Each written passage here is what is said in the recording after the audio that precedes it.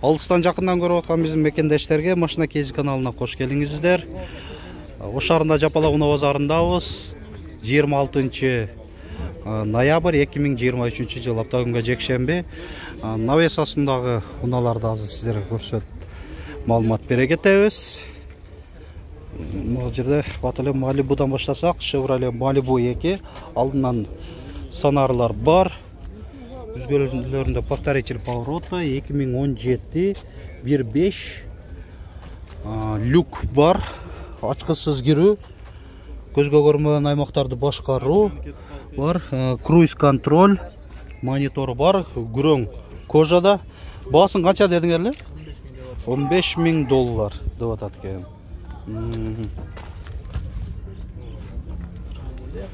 Акрапович деген мынандай выхлоптарда ЛТЗ комплектация. Ротастары арканкы эшиктеринде дагы ачкысыз кирүү баскычтары бар. Уланта берели. Sanyang Tivoli көрсөтөлү, чакан кроссовер. Tivoli'ни канча деп атасыңар? $14.000. Бензин экен. 2019 монитор бар, навигациясы менен старт-стоп, ачкысыз кирүү. 1.6 турбинасы менен о жакшы. Турбо. 14.000 дедиңер? $14.000. Но рейслерден эмеспи? Бас канча экен деп атат? Билесиң. Стоник канча болуп атат? Kia Stonic $13.000. 1.6 дизель экен. 2017 коробка автомат. Есім байланыш номер 997 19 07 98. Рейлинг бар. Дада ачкысыз кирүү. Анан мында планшет коюп тур. Койгон экен. Бул планшетте Android бар. Рулдун жылытуусу, отуруштардын жылытуусу бар. Hyundai Grandeur сонарлар бар. Линзаларда фара 2018 2.4 бензин. Свеж перегон $19.500. Круиз контроль, старт, стоп, автохолд, электроручник, драйв мод. Отуруштардын жылытуусу жана вентиляциясы. Атасынан да сонарлар жана камера, ачкысыз кирүү, көзгө көрүнбөгөн аймактарды башкаруу, жол чыйынын ичинде жүрүү дагы бар.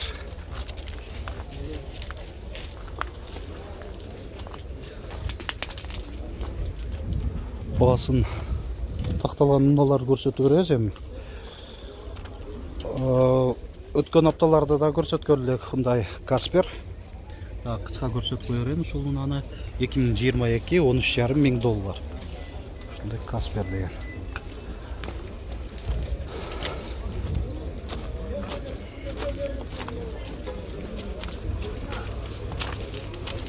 Уналар көп түрү менен.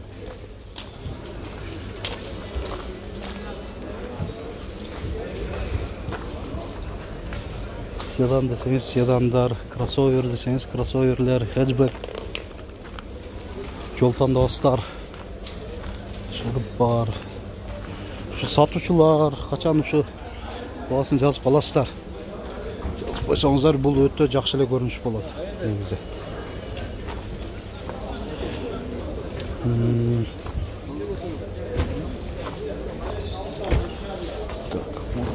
Турганбыз. Мерс канча болуп атат экен? 570.000. E-класс. 124 кузов. Люк бар. 3.2 экен. Газ барбы? Газ дагы бар экен, жакшы. Кара кожада, 4 айнектен электро көтөрүчтө, электро күзгүлөр, кондиционер бар. Отуруштардын жылытуусу дагы бар. Заводскойбу? Кайсы жеринде экен ал? О, бар екен, о, екі позицияда болғанда да жақшы. 1994. Есім байланыс нөмірі.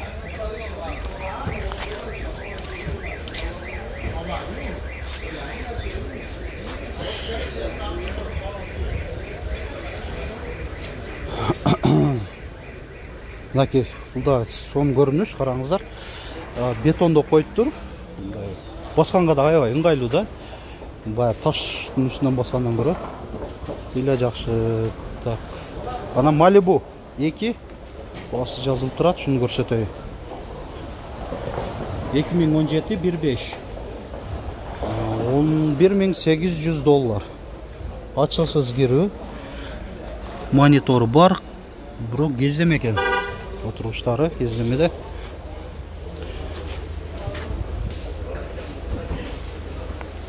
Hyundai Sonata DN8 заводской газ.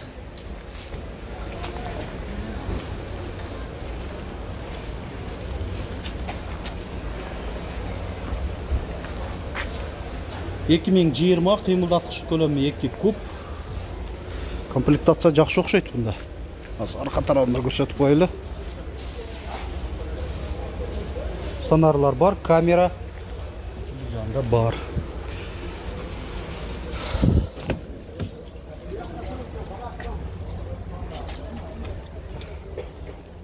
Монитор бар. Мынакей планшет экен. Кожалар аябай жакшы. Автохолд, экоактив. Баскычтары бар. Айтылыш баасы $21.000. Анан кайсыны? Кайсы? Sonata New Rise экен, а? Мында Sonata New Rise. Камера бар, сонарлар бар. Дискалар кара түстүү экен. Панорама люк.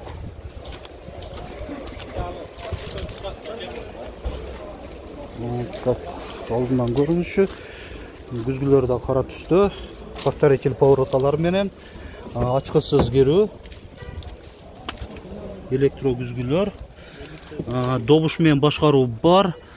Заводской өзүнүн монитору, Bluetooth менен, USB AUX разъемдору, 2 зоналуу климат экен, Drive Mode бар.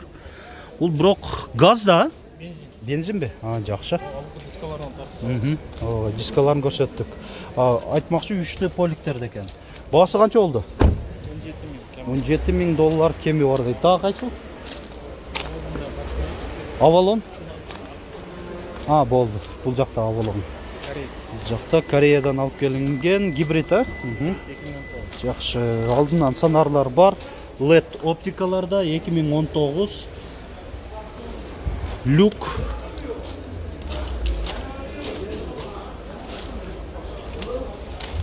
Дөңгөлөктөр ушундай специалый формада.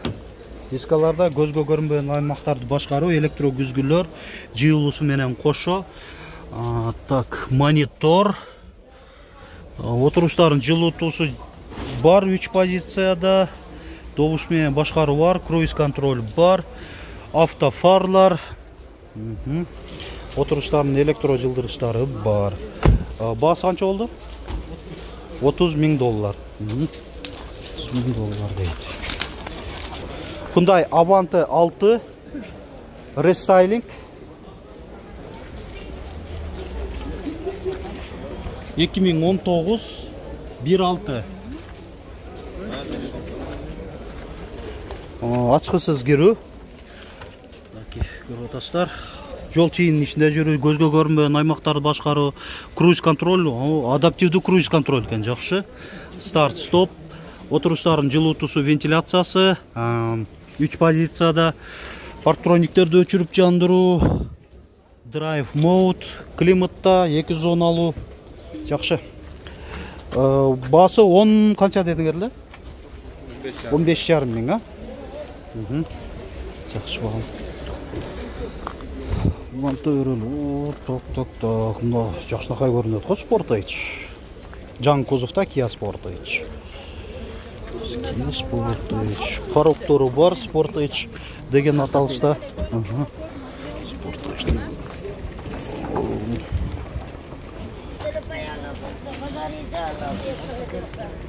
Ассаламу алейкум. Канча деп атасыңар? 37 миң. 2021-ден 22 жылга каратады. Тем 21 жылы чыгарылган.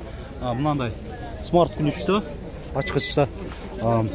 Так, панорама экен, люгу. 360 градус камера. Дискалары да мынандай кара стальной комбинацияланган түстө. Бир салонда көрсөтүп коеюн Sportage'дин. Мында көрүңүздөр, сплошной панель, экран экен. Чуркаганы 54.635 километрди көрсөтүп атат. Адаптивдүү круиз контроль бар, айдоочунун жардамчысы бар, тоодо түшүү ассистенти бар, автостоп бар, драйв мод, электроручник, ошолор бар. Чыгылып көрүп атасыздар. Заманбап опциялардын негизги бардыгы тең бар болуп атат. Анан дагы бул жерде бизге суранып атты эле, ушул Santa Fe'ни. Ушул беле? Santa Fe. 2019 2.4. Бул бензин американец окшойт анда, $22.000.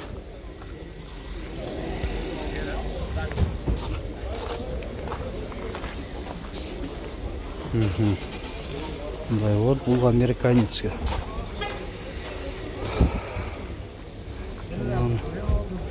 Мындай санаата, бензин, LED оптикалары, түндөсү айрыкча сонун жанат ушулары, подсветкалары. 360 градус камера, 2019, кыймылдаткычтын көлөмү 2 куб, $25.000. Эсин байланыш номери 550 19 01 01. Панорама люк. Музыка Bose фирмасынан. Отуруштардын эки позицияда памяти бар. Адаптивдүү круиз контроль. Чуркаган 110.600 километрди көрсөтүп атат. Анан бул санаталарда эмнеси жакшы? Баягы азыр эси жок болуп атат. Кетип калды окшойт. Баягы парковкалаганыңызда же кыска бир мындай жолдорго жылдырам десеңиздер, ачкычтын өзүн менен эле алдыга, аркага унаны жылдырсаңыздар болот. Отурбай туруп эле.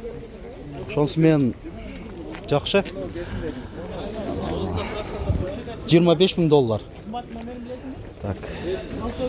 Уланта өрелеми? Kia K5 жаңы кузовта, LED оптикалар, алдынан да сонарлар бар, 360 градус камера, Кореядан, бензин, 2021, кыймылдаткычтын көлөмү 2 куб, жол чейинин ичинде жүрүү.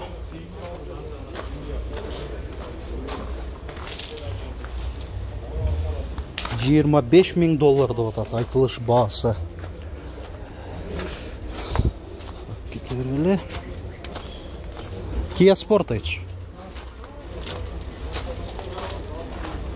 Америка. 4 2020 кыймылдаткычтын көлөмү 2 куб, $21.500. Тоодон түшүү жардамчысы бар, круиз контроль,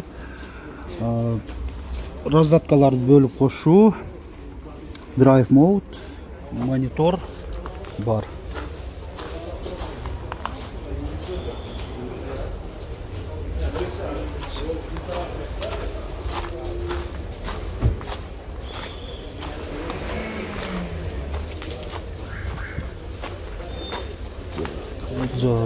Kia K5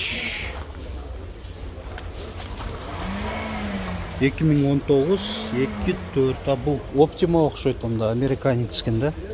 Американец. Optima экен да бу. Kia Optima американец экен, а? 2 зоналуу климатта, 102.000 миль чуркаган. Отуруштары кожа кездеме комбинацияланган, рулю кожа. 2.4 бензин. $18.000. Жақсы. Ана Honda Fit. Американец. 2020. Грузиядан алып келінген американец. 1.5 коробка автоматы болуш керек буларда. Ассаламу алейкум. Коробка автомат бекен? Басым қанша дедin? 13,5. 13,5 мың доллар. Башына кейжі. Арқасынан көрініші. Шындай. Так, бұл жерде да бір К5 басы жазылып тұрады. Корея. Рестайлинг. Рестайлингта мынакей мынандайлар өзгөргөн. Шындай болот, баягы LED подсветкалары. —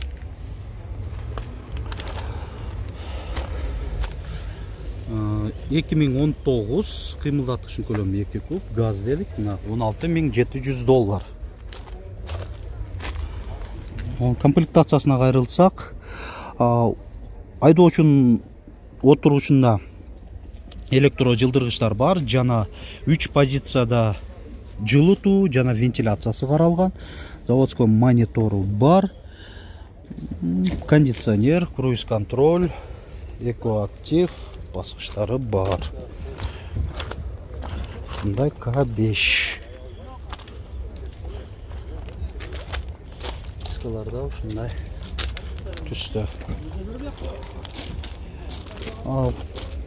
Biraz басып көрөлүчү. Бас жазылган мыналар болсо көрсөткөнгө жетишейин. Kia K7 бар экен. Адаптивдүү круиз контроль, алдынан сонарлар, LED оптикалар, 2018 2.4 бензин, 21.000 доллар. Бул ошол Кореядан эле. Түштү Кореядан. Комплектацияда жакшы мында. Бензинде аябай жакшы болот, кара түстүү болсо дагы да жакшы болот. 360 градус камера. Айта берсе көп навороттор да бар. Şu 21.000 доллар деп жазылып турду. Шундай экен. Ана Honda CR-V 2-ни да көрсөтүп болду. 2005 кыймылдаткычын көлөмү 2 куб, европеец экен. Коробка автомат 11.000 доллар. Фар омывательдер, туманниктер бар. Toyota Camry 35 кузов. Оң руль 2005 2.4 9.500 доллар. Видеозу ушун менен жыйынтыктайбыз. Алдыда азыр орус унааларын тарта кетемин. Өзүнчө бөлөк видео болуп чыгат. Сиздер бул видеого унутпай лайк басып, комментарий жазып койууну унутпаңыздар. Орус унааларын көрөм десеңиздер, ошо биздин YouTube баракчабызга же TikTokко кирип, ушул видеобузду көрсөңүздөр болот, маалымат алып.